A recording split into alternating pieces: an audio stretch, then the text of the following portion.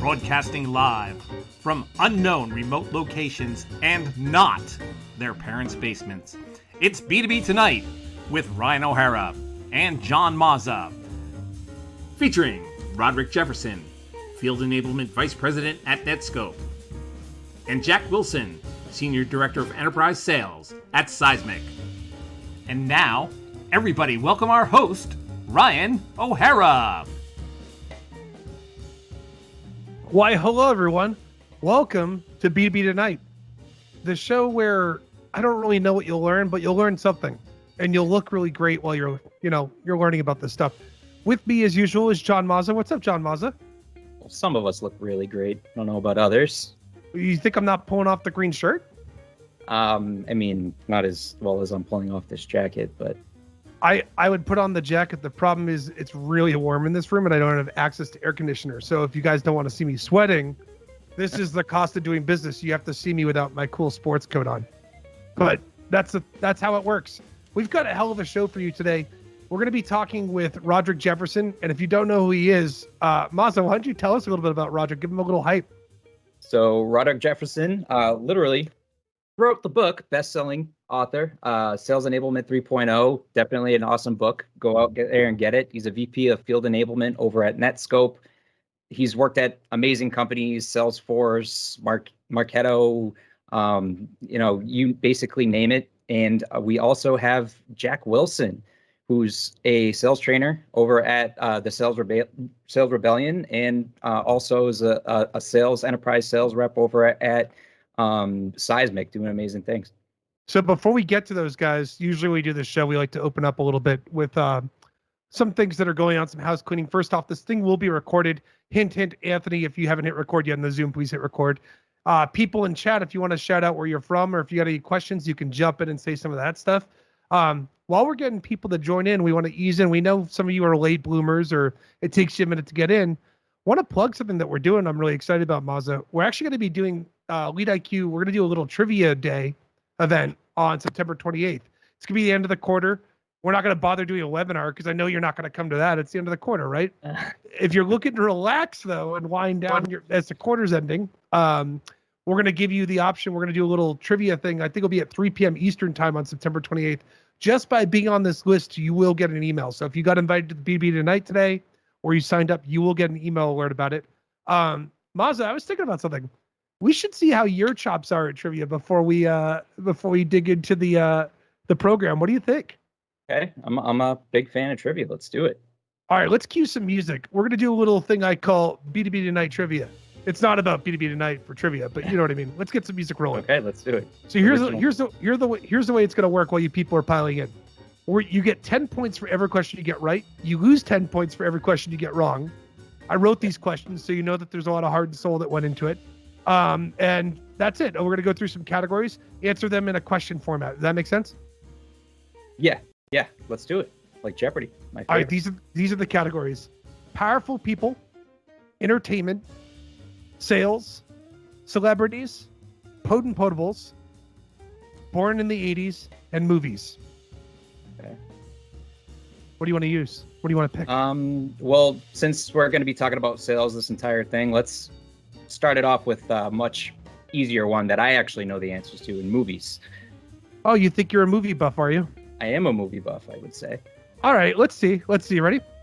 Okay. Considered the most important influential film of all time, this sophisticated drama revolves around a detailed investigation that uncovers a discovery with a deeper meaning. Okay, I'm pretty sure I know this one. What is Citizen Kane? That's my advanced sound effect, by the way. Just using my mouth because that's what we do here. The correct answer is Point Break. Point Break? Isn't that just your favorite movie? What? I mean, if you think about it, it's maybe the most influential film of all time. It's sophisticated. It involves an investigation. I'm sorry, Mazza, but you lose 10 points. Should we do the next category? Yeah. Okay. So, how about since I know you're not a drinker, and this question is not going to be about you. Let's go with potent potables. This morning alcoholic beverage consisting of tomato juice and vodka is named after a famous ruler that, if crossed, could leave you bloody. That's easy. What is a Bloody Mary? Actually, the correct answer is a Vladimir Putin. What's a Vladimir Putin? That's actually what you should have answered. Then you would get 10 points, but you didn't say that, so you lost 10. Okay, but seriously, I'm intrigued. What is actually in a Vladimir Putin? So obviously, for people that don't know, I actually don't drink alcohol. 10 years ago at my friend's basement, a bunch of us were hanging out and we were trying to make mixed drinks. And they're like, hey, why don't you make something? So I took V8 vodka, which is obviously Russian, and apple pie Dr. McGillicuddy's, and I mixed it all together. And everybody drank it. And they all booted. So I called it a Vladimir Putin. Oh, that's nasty. I can see why they booted. All right, we're going to get to the interviews in a second. I thought since we're getting there, let's do one more category. Okay. I'm going to pick for you because you've been really struggling. You're at minus 20 right now. The category is powerful people for the final trivia question. You ready? Okay, let's do it. This well-respected and handsome marketing leader is also a 2-time Salesforce Demo Jam winner, known for his illustrious hair and hilarious comedic timing. All right, well, the answer is clearly you. Is that your final answer? Yes, it's my final answer. The correct answer is, who is Ryan O'Hara? Okay. All right, let's... You're done? Then. Let's You're get back done? to the show. You're unsubscribing? Okay. I think we should get to the show. All right, let's get to it. But if you want to join us for trivia September 28th, there'll be questions that are a lot better than these ones. Let's jump into it. Our first guest, Roderick Jefferson. We already kind of did his bio a little bit. We gave you the hit points. You can check out his book, Sales Enablement 3.0. Everyone say hi to Roderick. What's up, Roderick? Hey, how are you guys? Good. I hope you enjoyed that trivia and you didn't judge me too much. But, you know, I in a lot of ways, I look at you like a father figure. Well, I'm glad you didn't ask me the questions because I would have had negative points as well. Because clearly the Vladimir Putin I've never heard of, that wasn't going to be the answer. Yeah, I think a lot of the time that happens. So a big focus for today that we want to talk about is the buying journey. And I know a lot of you are probably thinking like, look, I already know how to close business. I already know how to prospect, but it's a lot more than that. What do you think is the most important part of the buying journey? Like, how do you get something rolling on this? Well, I think to me, it's always been about asking the right questions and starting with the buyer's journey. The problem that I've seen over the years is companies start just at, their sales process, their sales stages, their sales methodologies, let's call it selling motions. And they never really go up to the buyer's journey. They try and shoehorn the buyer into their processes. Well, the whole world of sales has shifted, as we know. And if you don't start at the buyer's journey, you won't understand what's actually in this from a couple of perspectives. One, we do the standard questions of, what's the compelling event? What's the pain? We can help find the solution. But the problem that I'm realizing over and over and listening to sales folks is they leave out the most important question of all. And that is, so Mr. and Mrs. Prospect, what will this mean for you personally? Will it get you a larger seat at the table? Will it get you your name up in lights? Will it get you out of the doghouse? You leave that out and you're only getting a portion of the overall view, right? So don't leave out the personal piece, especially right now. There's never been a time where selling has been more personalized than we're doing today. I love what you're saying because it's completely true, especially in the sales space where we're in. Not to be a jerk, but we are an individualistic society today. It's happened way more. You care a lot more about looking good and being and than your company in a lot of ways. I think there's usually maybe only a handful of people at companies that are actually company people that care more about the company than themselves. And you're telling me that the buyers that you're selling to are wired the same way, right? Yeah, but it's not just caring about themselves. It's ultimately, let's go back to the purpose of sales, and that is to find a solution to the problem or find a solution to their pain. With that in mind, you've got to look at it both from the personal perspective and the company perspective. I don't know that it's so much about, I care about me. It's more of, I also have a personal interest and a personal vesting in this moving forward. And if my product, it'll help me move forward, fantastic. So do you do anything to try and identify pain in your sales process? Like, how do you train your reps to be like, hey, you need to look for the pain of that person's individual motives? Like, how do you do it? What do you actually do? I don't have them looking for pain. Let me start there. I actually believe that if we go back to the original purpose of discovering qualification, Disco and Qual, it's about asking more questions than giving answers. So it's about staying curious. It's about being inquisitive.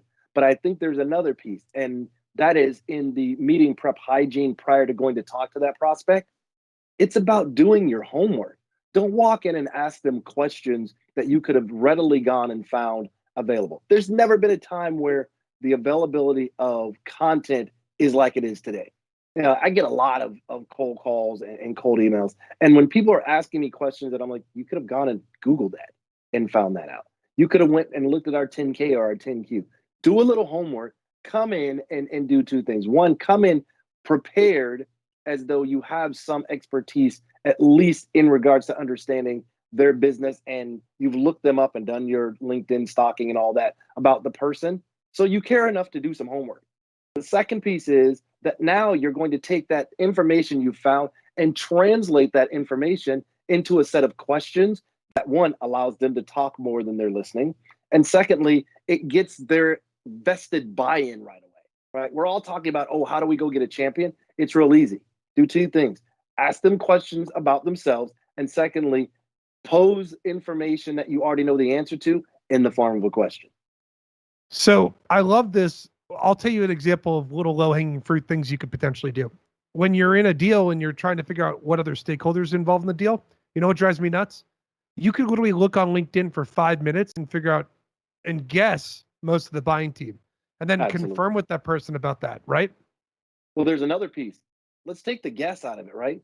Go talk to the rock star legacy sales folks and say, who's worked with a company in this space?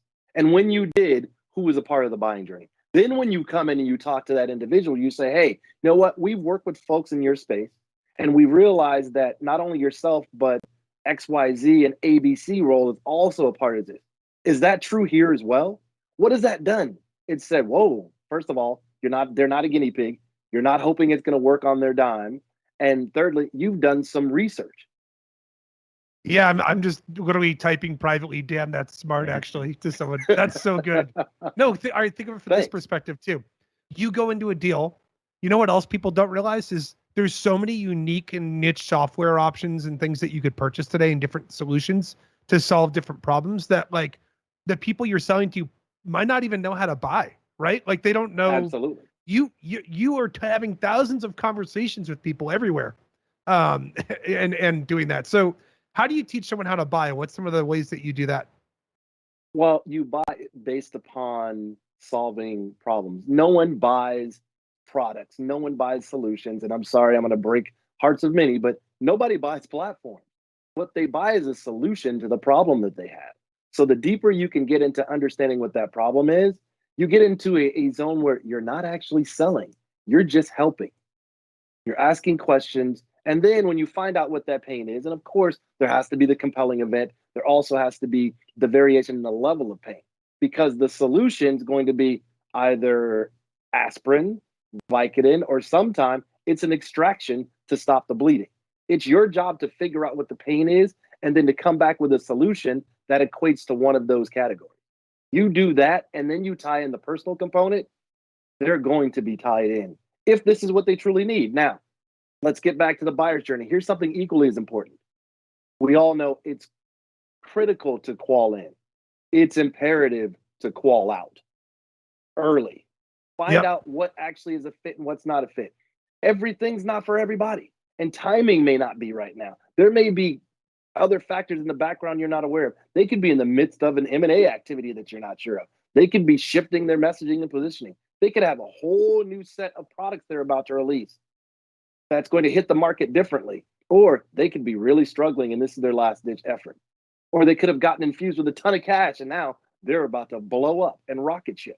You've got to ask the right questions to get the answers to all of those. I feel like people also forget the ups and downs of being in a workplace and what happens when you're doing projects and stuff. Like, the person you're selling to isn't thinking about, boy, I can't wait to talk to a sales rep today.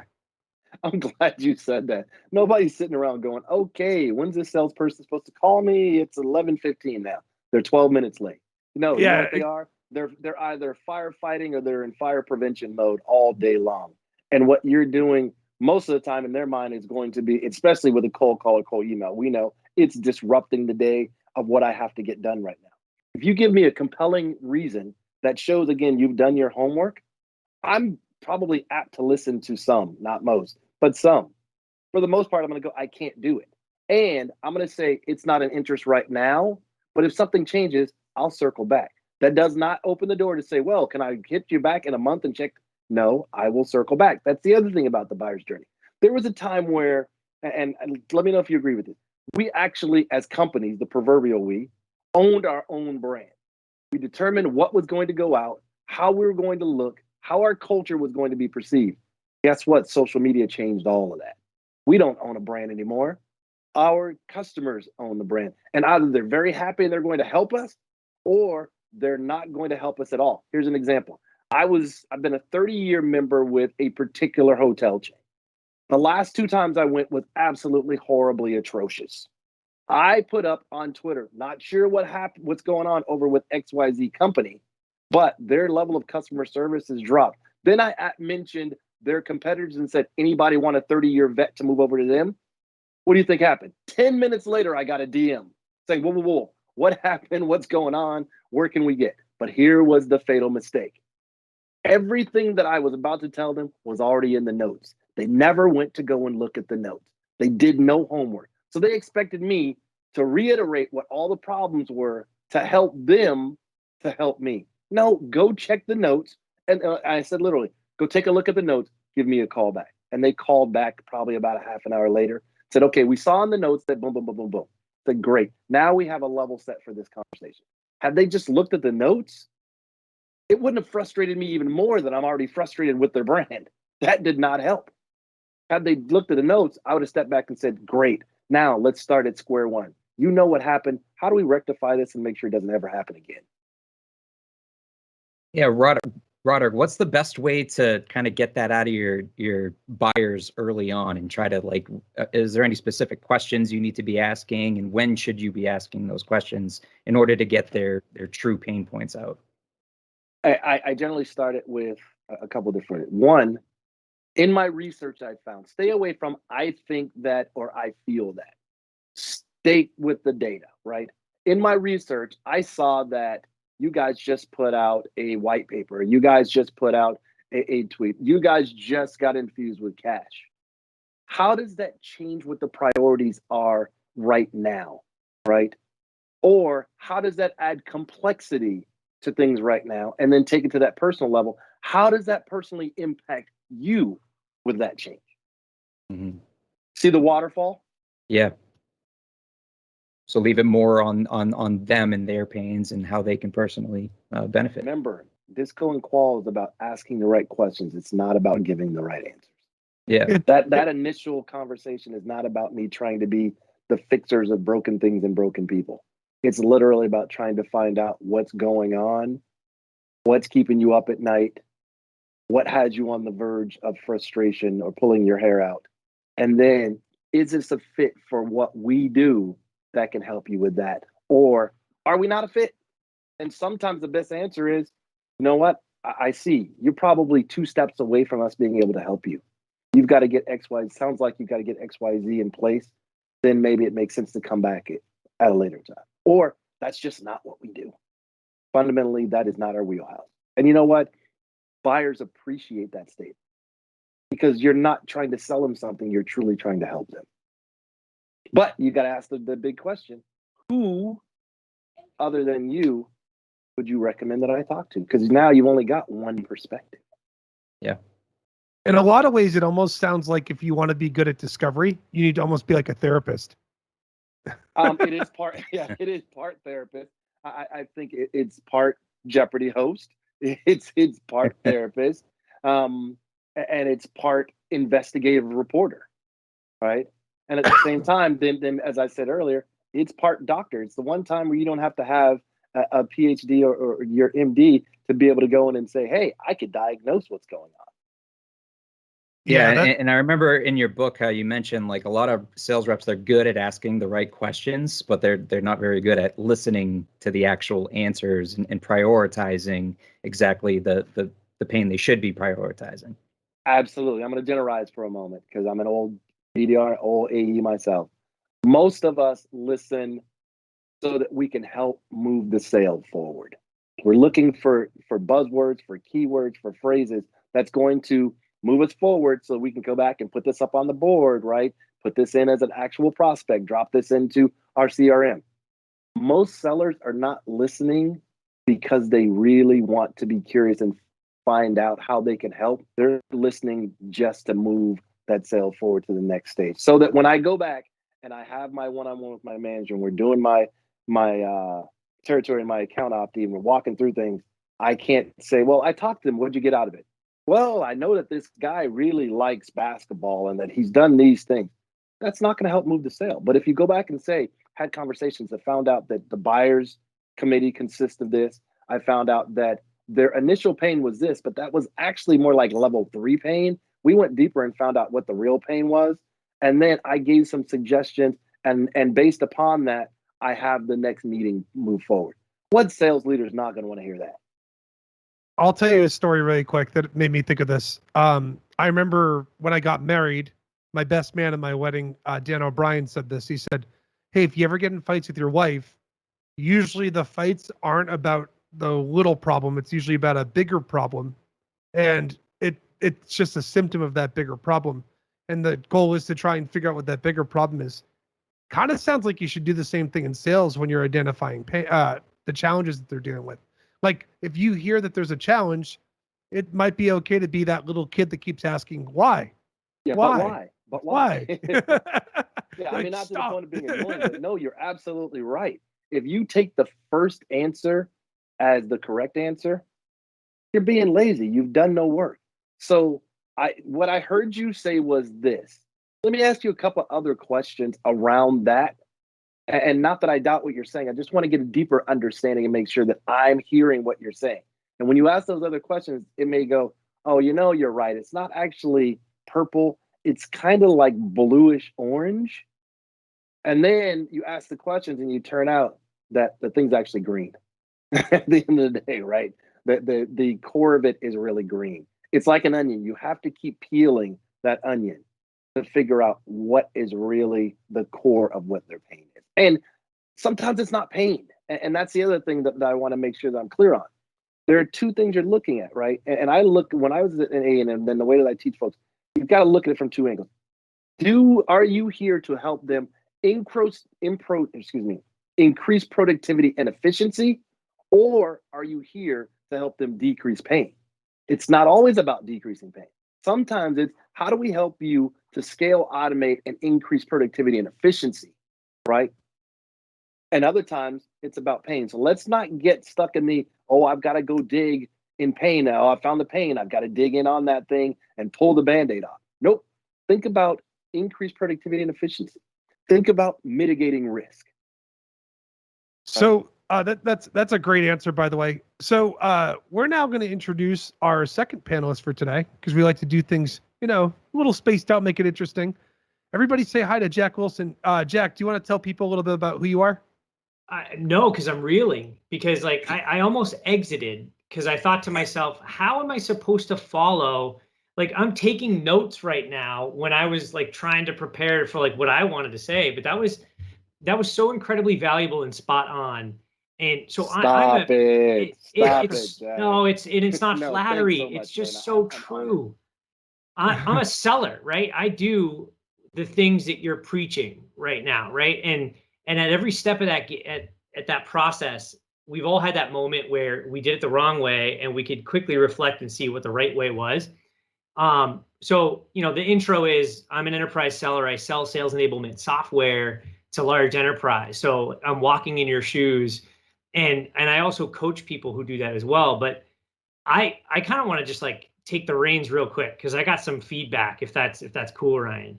Yeah, that's why we're here. I'm doing the double guns on the camera right now to say go for it. Shoot them off. I mean, Roderick, you lit a fire in me. So you said, what is it going to mean to them personally? And I wrote down, what will it take from them personally? So, a lot of times we talk about empathy, and empathy is one of the biggest buzzwords in sales today, but we never actually stop and empathize. So we just think, this means it'll help them do X, it'll get this outcome, it'll get these results, and it'll make them look good. But we never think when they get off this call, the one Ryan said they were so excited to get on because they couldn't wait to talk to sales. Well, what are they going to do next? Like, how do they have to bring that and position it to their boss or to others inside of their organization? What is that going to make them look or feel like? how is that going to impact their internal brand and reputation? And what other priorities is that competing with? How does that help or hurt it? So not just what is it going to do for you, but what is it going to take from them to get to that next step? That really pulled a thread with me.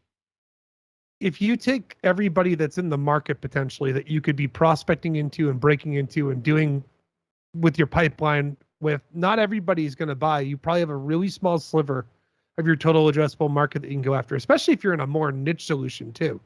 So I think one of the questions that I wanted to ask you, Jack, is in your day, in your role that you're doing today, you're dealing with enterprise sales, obviously, and dealing with how do you disqualify?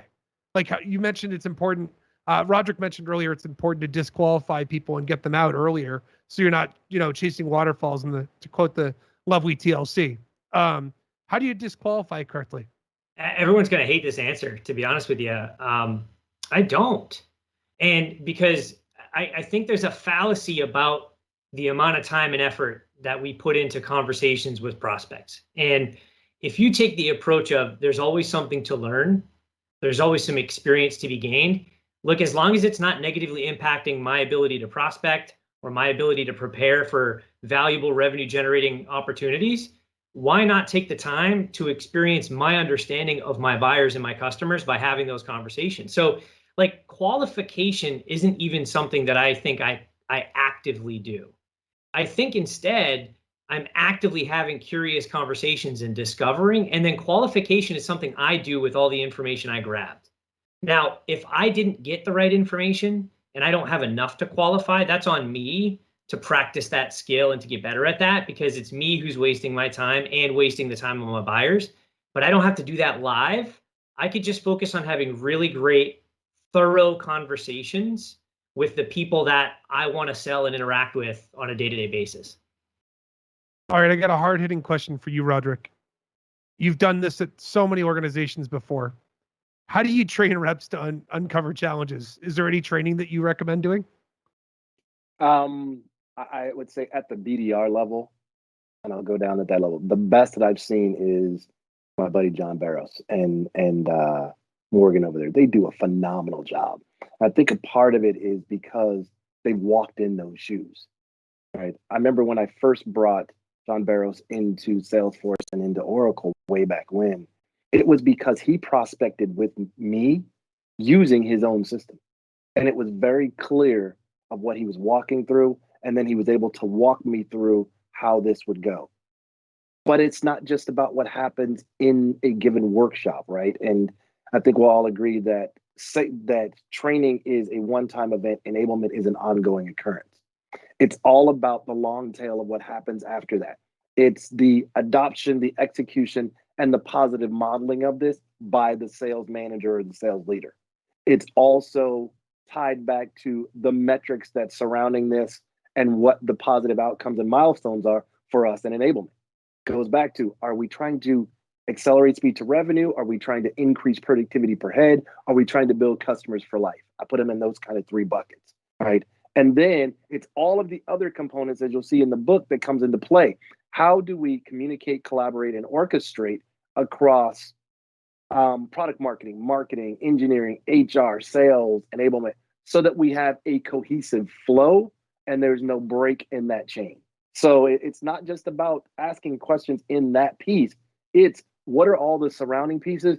And ultimately, what's the reinforcement component that takes it from a one-time spot, this was very cool, to this is an ongoing occurrence that has consistency that creates scalability now. And the final piece I'll put in is, how does this play globally?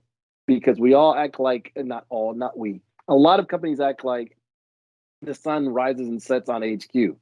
No, do not forget the regions out there, because they've got some invaluable components that they can add in. Does that answer your question? Yeah, I think so. So you're saying the thing to remember is you might be listening to this and be like, I got to get training. I'm going to do training. But if you can't reinforce that training with sales enablement, there's kind of no point in doing the training. Absolutely. You've seen my hashtag, and I know it upsets some. I believe you train animals, you enable people. I'm not teaching someone to sit. I'm not teaching someone to roll over.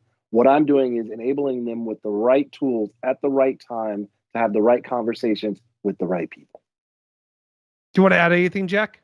Absolutely. There's a great quote by, I'm pretty sure it was Jocko van der Kuij, and he said, training gets you certificates and coaching gets you results. And that's so true. Like I wrote some notes down about, thinking about enablement and, what enablement 4.0 might look like. And it's the difference between static enablement and dynamic enablement.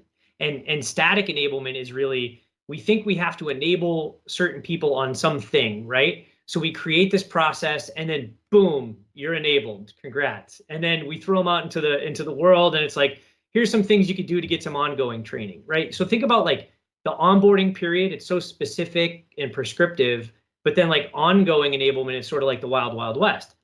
Where dynamic enablement, it sort of takes the understanding of we have to continue to drive adoption, just like a really great SaaS platform. We have to drive adoption.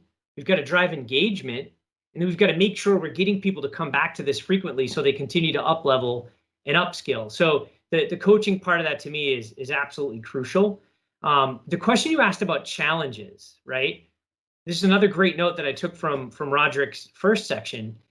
You have to come in and do your homework. You've got to earn the right to be in that conversation by doing your homework. But I'll tell sellers, it's okay to be wrong.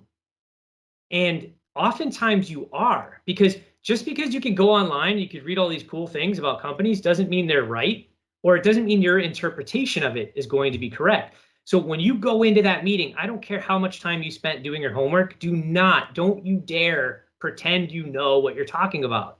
Remind yourself you know nothing. So take that assumption, turn it into a hypothesis, and then go into that conversation with the goal of testing it, right? So to Roderick's point, it's not I feel, I think, it's, hey, I saw this is what that could mean, but you tell me, right? Like it's almost like a trust but verify.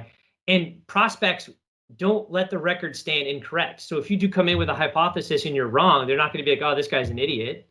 They're going to think, man, he did his homework, he spent the time. I'm going to give him the correct information. I'm going to set the record straight. And that actually starts a really great conversation for you to learn a little bit more about them. I want to interrupt really quick. We did have a question. Someone said, what is the name of his book? I know both Jack and Mazza have it near them. The book is called Sales Engagement 3.0. Enablement. I'm sorry. I say sales engagement all the time. I screw up. I'm so sorry. Everyone's judging me. I'm gonna go cry. I got a hard-hitting question for both of you guys. So we talked about uncovering challenges. We talked about building relationships. I like that you talked about the common ground part when you're building relationships because it helps you eventually uncover pain. Let's get to the hard-hitting part. So let's pretend you're an account executive. You got the meeting. You've done discovery. You feel like you've done an effective job at discovery. Maybe you have or you haven't. Why did deals fall apart? It's a deep question. I'll let you both kind of crosstalk and decide. Because you didn't pay attention is the answer. And almost always it's you either didn't pay attention or you did pay attention and you failed to connect the dots the right way. Or the last one, and everyone listening, write this one down. You put your salesperson hat on and it became your sales process and it stopped being the buyer's journey. You got to that moment where you had to do the thing that you said you wouldn't do. And that almost always will kill momentum in any opportunity that you're working. What do you think, Roderick? I think, first of all, Jack nailed it. You went into sales mode instead of trying to help. The other thing I've seen that kills a deal faster than anything is you go in to give a presentation instead of having a conversation. And you start trying to drive. And that's what I was talking about earlier, fitting them into your sales process or sales stages, right? The third thing I've seen that kills a deal faster than even most realize is you don't follow up with a recap. You assume that what you heard was accurate. No, write back and say, here was my interpretation. Here's what I got. If there's anything I've missed or inaccurate, can you please help me by clarifying this? Right? Follow-up is just as important as getting the meeting, if not more important. And the final piece I'll say is where I've seen things die is when I go in and I was selling or I'm helping folks to learn the sales process. I take it in 3 stages. What do you want the prospect to think? What do you want them to feel? What do you want them to do? And it's that last piece that gets left out. People don't give enough call to action. They get the think, they get the feel down, and they leave the do out. And that will kill an opportunity to move things forward. If you don't give a roadmap, if you're talking to me, I say, hey, have you ever done this before? Are you hoping that it's going to work? Am I your guinea pig? Or were you just too lazy to give a roadmap? I remember. Oh, go ahead, Mazda. I'm sorry. No, I'm actually curious because do you think sales reps should be using slides, especially early on in the sales process? Man, I'm not a fan of slides at all. I'm not a fan of PowerPoint. Not that, don't sue me, Microsoft. It's because of how it's used. So let me be clear there, right? If you're going to use slides, it should be to enhance the conversation, not to speak for you. Otherwise, print the thing up or send it over in soft copy and drop it off in their email box. There's a time for slides, I think, in that first one. And that is if there's a question, and remember, there are different types of learners. If you've got a kinesthetic learner or an auditory learner, maybe not so much, but don't assume that they're that. I try and hit all of the learning styles. So you've got to have that visual for the visual learner as well, but you can't lean on it though. I was going to ask you a question, Mazda, actually.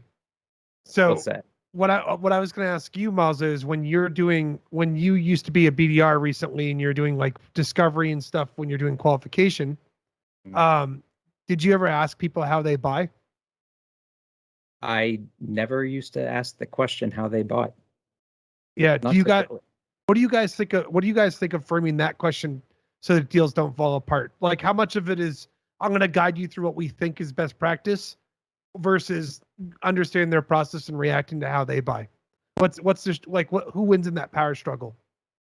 I don't understand why that has to be a power struggle, right? So like sales is not something you do to someone. Sales is something you do with someone.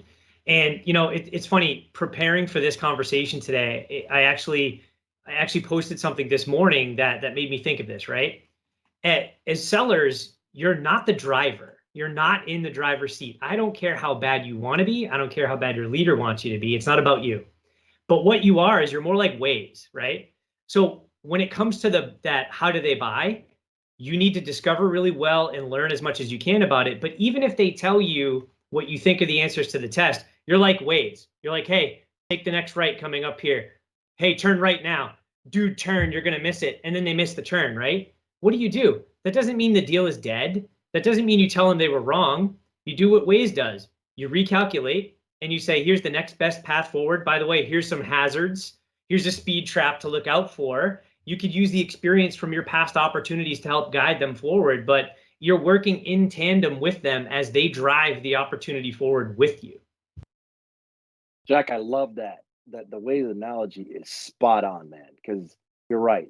There are times where you do miss that exit, if you will, but you just recalculate or recalibrate and go, okay, well, let me ask you this a different way. And it could be the same question that's just phrased differently not because it didn't get you the answer you wanted, but because it didn't get you enough depth for that answer to be able to help this individual. Again, stop selling and start helping.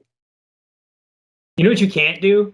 You can't slam on the hazards, stop on the highway, and be that person that reverses like 30 feet to try to get back to the exit, because that causes massive accidents and like pileups. Like, you can't do that. You have no choice but to keep moving forward. You're right. You nailed it. All right, I got a hard-hitting question for you guys. By the way, if anyone in the audience has questions, you guys can ask them, and we'll feed them in, and I'll look like I asked them, and I look like a genius. No, I'm just kidding. But ask questions if you want, and we can feed them to everybody. One of my big questions, we've talked a lot about the buying process, discovery, and all this stuff. What are some ways you can be more useful and helpful with prospecting? We talk about giving and helping on the buying side. What about the prospecting side? I'll grab this one because I personally love prospecting, because I think there's no more secrets in sales anymore. And like, we live in the information age, right? So like, your buyers are doing all their homework. They also know about sales. Like, think about how often these people are sold to. So like if you think there's like a top 5 list of like ways to be cute and creative, right now crumple them up and throw them away because they're not anymore. Your buyer's seen it, they've experienced it, and it's not unique, it's not original. So in my opinion, the best way to be valuable is to cut the BS and to be ultra transparent in that process. Now, it's a little bit easier higher up on the enterprise level. I think I have it made because I get to sell to sales professionals and marketers, and it's a bit of an easier crowd. You know, IT and security is really difficult, but like I like to just be blatantly honest. Like I'm not even afraid to call somebody and say, hey, I sell a software platform that you probably don't care about. Can I share with you why I think it can help based on the homework I've done? And you can tell me if it makes sense. Like, just be honest with people. And when they tell you to go pound, be like, appreciate it. That saves me some time. Take care, right? Like, you don't have to be this like push hard, get 3 no's. You're gonna call them back anyways in a month, and they're not gonna remember that you called. So just be respectful, be authentic, and be honest. You have anything to add, Roderick? I think he nailed it. And the only thing I would add is be genuine. People know when you're trying to sell, and don't be afraid to. I love what Jack said. Don't be afraid to let people know why you're calling. Like if I get a call and it's from Seismic per se, I know what you're calling for. You didn't call to see if I'm free for lunch or if we can go hang out or you've got tickets for me, right? You called because I'm either on some prospecting list or we met somewhere or my name popped up somewhere and you thought that there was an opportunity to find something that would be mutually equitable. Don't be afraid to say that. Don't ask for 27 seconds of their time. No, Stop please it. don't do that. Stop that. And don't send eaten by an alligator emails either. I think we could all do a PSA right now about that. The more you know. Thank you. Can I talk? Did those ever work? Can we talk for a moment about what not to do since you're on that? Yeah. Do not send me I know you're busy, but want to follow up just to see if maybe you missed my email. Or I didn't get a response to your last 57 times I sent you an email. Does that mean you're not interested? I've got a new one. Like the whole like hope this email finds you well, like in these trying times. Like all those. So disingenuous now. I saw a new awesome terrible one. I hope you're staying positive and testing negative. I paused. I paused. Really I chuckled. That. I threw up in my mouth and then went, God, please no. Like I see what you're trying to do, but like no, just no. All right, so I'll give you. That was a good idea. I'll give you guys some tips for those listening on some ways you can give to your prospects. All right. So here's some things you can do. Every one of us here has a couple things that happen when you work in sales. You have conversations with people in that customer's industry. You have your network of people that you sell to that are very similar to those people. You have trends and things that you're getting from marketing and information that's being fed to your team, hopefully, that's teaching you about what's going on. And you have customer stories and how they solve different problems that they have, even if it doesn't relate to your product. If you can consume those 4 things and know those things, those are things that you can actually offer to your potential customers. You could, like, if I hit up Roderick, are you hiring right now? No, not at the moment. Thankfully, damn it, you killed my example. But in this example, let's say you're hiring sales or something, right? I literally work and have people that I add all the time on LinkedIn that we're working on deals with that work in sales. I could potentially bring up and say, hey, so I had this job posting. You're obviously hiring, you're trying to grow. I'm going to share the job post for you on LinkedIn. Like, that's something I could offer to help you that's giving more than taking. Another part could be if I see someone uses tech and I hear a cool story about how maybe someone's using Marketo and they found a really cool way to do lead routing with Marketo, and I heard the story, and you're trying to implement Marketo for lead routing inside your organization or something. I use that as an example because you work there. I might bring up that tip with the person that I'm prospecting into. Like, we all have institutional knowledge that we could give and use when we're actually working with these prospects to build relationships and give more than take. And I think that's an easy way for you to actually help people. I loved it, something that you just said, and that was, it doesn't have to be in your industry. Realize that problems are horizontal these days, right? Just because it's in an adjacent or what may not even feel like related industry, doesn't mean that they don't call it something else, but they have the same problem with the prospect that you're talking to. I had a prospect last year that I was talking to that I cold emailed, wasn't interested, and I heard a cool tip, and I saw that they had done a post on LinkedIn about referrals. And they were basically asking, hey, how do you get your reps to get more referrals? I emailed them, and instead of selling them LeadIQ in the email, I said, hey, I heard a cool tip. If you go and ask a referral for help on, if you go and ask for a referral, don't go to the person and say, hey, you know anyone that uses my product or service? Instead, ask for a specific person, because then you're doing half the work for them and helping them out with the referral. Person responded back, turned into an opportunity eventually because they knew me and I built a relationship with them. I eventually got an inbound email from them a week or two later saying, hey, we're now looking for this to solve this problem. Can we talk now? So like you just kind of stay in front with that stuff. Maza, I think you wanted to ask something, right?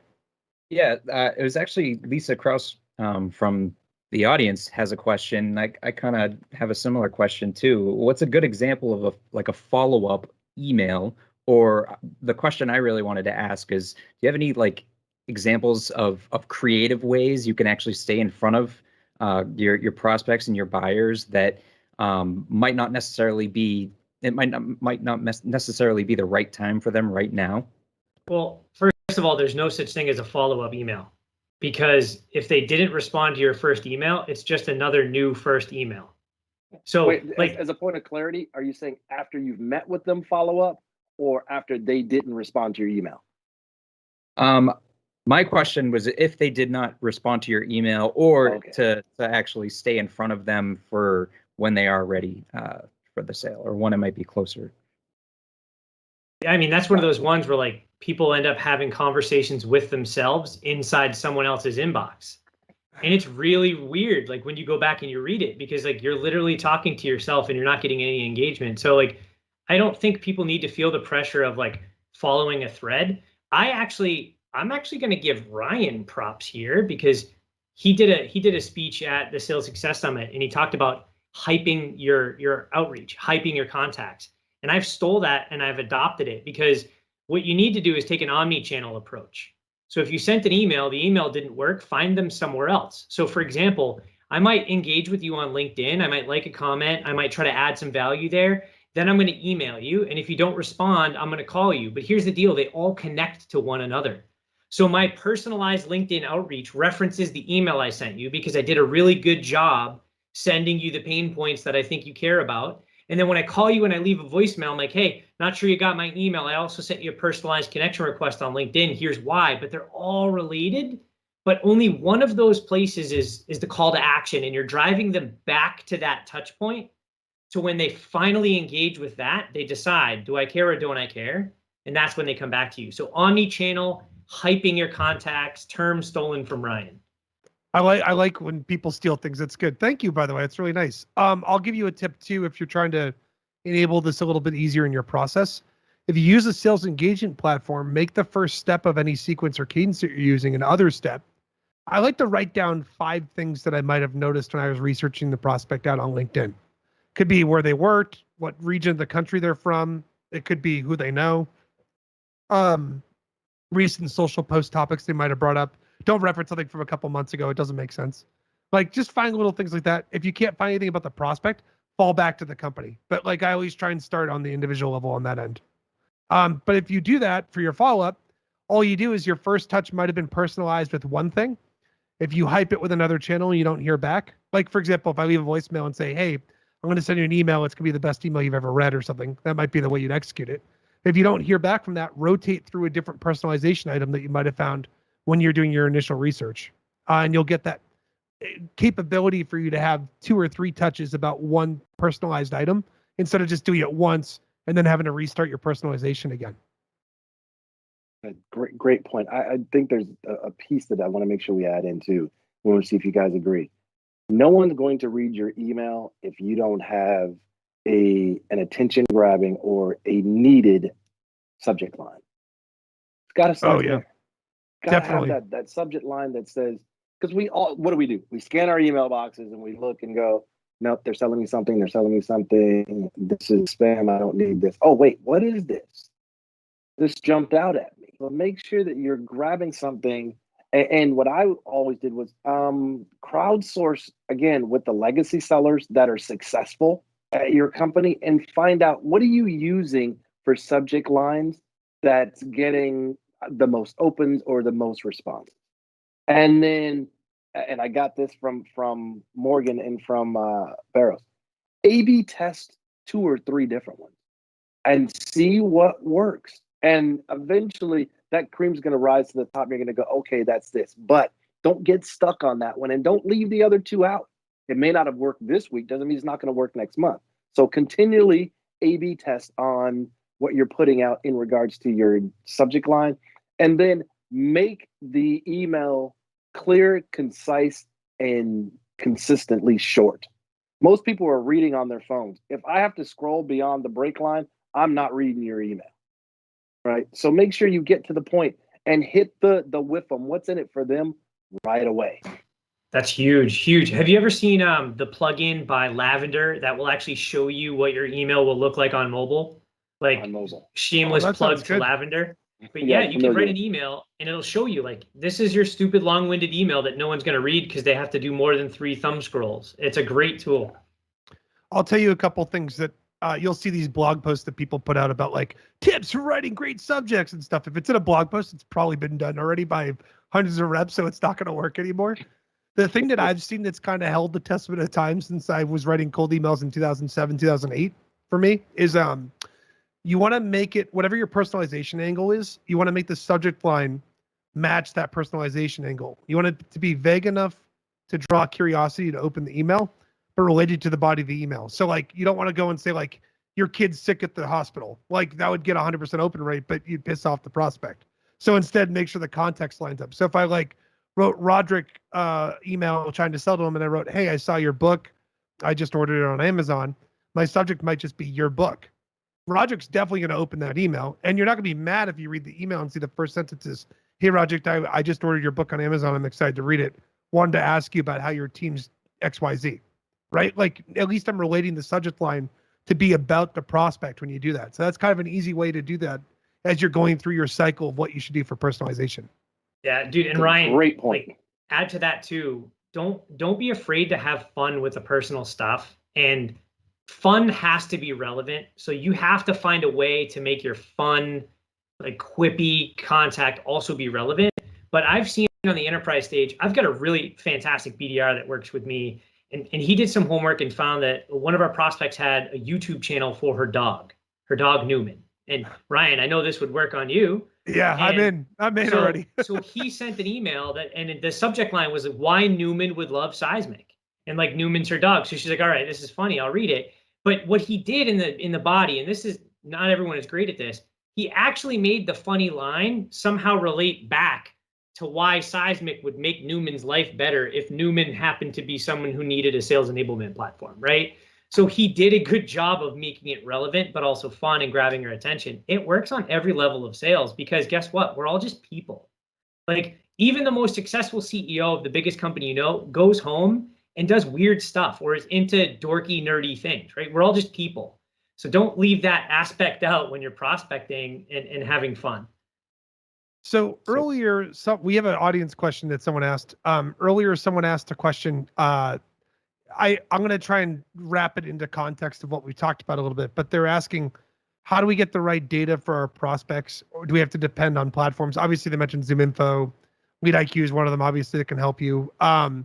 What are some other data points that you can look at for your prospects when you want to break in and get their attention?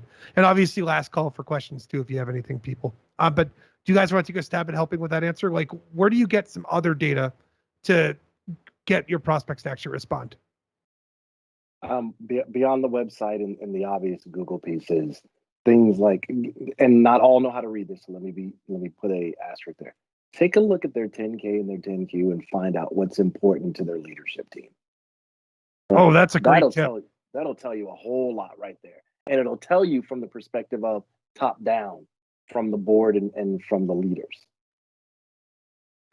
For people that don't know, 10Ks basically they're like published stockholder things about what's going on at the company. Really useful information especially if you're selling the enterprise. Jack, do you have any other recommendations? If I may, one thing real quick, Jack, and then I'll step back. The other thing is go back and listen to, if it's out there, go back and listen to the recording of their last quarterly release, right? And find out, what did they say they were focusing on? Not what did they do previous, but what are they focused on for the next couple of quarters? Sorry, Jack, I'm stepping back, man. No, that's a perfect tie-in, because I think shout out to Evan Kelsey from Seismic. He did another great session at the Sales Success Summit, and he talked about proxy statements, because inside the proxy statements you find special initiatives, but more so how the people you're selling to are paid and compensated. And there's no quicker way to somebody's heart to helping them get food on their table. So I think those proxy statements are another one. There's a great tool, a website called Seeking Alpha, where it automatically will remind you of when your companies have those earnings calls, and they'll do the transcripts. But my favorite part of those earnings calls is at the very end. Analysts are savages, and they know more about your prospects than you will ever. You can do all the homework you want, and you won't be as good as an analyst. And they are ruthless with their questions. And a lot of times the questions they ask tell you about, where those hot buttons are, but also the way the executives respond tells you what they truly care about or what they're trying to accomplish that they might be struggling with. And if your product, service, your knowledge fits in there, that's a perfect trigger for you to reach out and instantly create value. I'll give 2 more tips. Job postings. They tell you everything about what they're hiring, what problems they're trying to solve in a job posting, what technology they use. They'll say experience in XYZ. That can tell you what sort of technology they might be using. Second thing you could also do, if to summarize sort of, is a lot of companies, especially in like a year after COVID, are now doing online user conferences. You could probably find a recording of their keynote, and the keynote of those events that they do will give you some little trickles of like what they might be doing, what products are they trying to launch, who's in what power and doing what, who's the face of the company, what are they talking about, and then you can go look at stuff afterward. Like go look at the people that are in those videos, go look at their social feeds, and get a good idea what they're thinking about. Guys, I want to give you a chance to plug yourselves. We're at time now, but let's start with Jack, and then we'll go to Roderick afterward. Jack, what do you want to plug? Honestly, I've got no plug. I'm happy to be here, happy to be involved in the conversation. One of my goals is really just to continue to be present in the enablement space so that I can help people have these conversations. Beyond selling a platform for enablement, it's still pretty new. So there's a lot of organizations trying to figure out how to do it well, what pitfalls to avoid. Not only have I done it, but I'm a practititioner and I sell it. So always open to connect with people looking to do those things. LinkedIn's usually the best way for people to do that with me. Cough, get Seismic. Bye, Seismic. That's Seismic. Roderick, what do you want to tell the people about? Obviously, we talked about your book a lot, but what do you want to tell the people about? The book is out there. It's on Amazon. It's all over. Wherever you can find it, just Google my name on your favorite place to buy the book. It's out there in soft copy, in ebook, in hard copy, and I just finished the audiobook, which will be coming out shortly. There's also, for those that want a baseline understanding of what Sales Enablement 3.0 really is, even before you read the book, I have a course on Udemy called The Art and Science of Sales Enablement that will give you great, not only platform, but if you are enablement, I even snuck some free templates in there for you. Awesome. Thanks a lot. Everyone go check that out. That's on Udemy. You can search for it. You can also check the book on Amazon. Maza and I will probably be pinging you guys. There'll be a recording emailed probably Monday. It could be tomorrow. It depends how quickly we edit this. On Monday, on the 28th, again, I just want to plug one more time. We're going to be doing that trivia thing. If you want to unwind and relax during your ahead to Q4, hop on with us. You'll see an email about that the day of. We'll also be emailing a survey we're going to be doing that's like trying to position to understand more about account planning. And that'll be kind of fun to talk about too. So look for those things in your inbox. Maza, what a journey, right? Ryan, it's been such a journey. Thank you very much, everyone, for coming on. We really appreciate it. We'll talk to you later. Bye, everybody.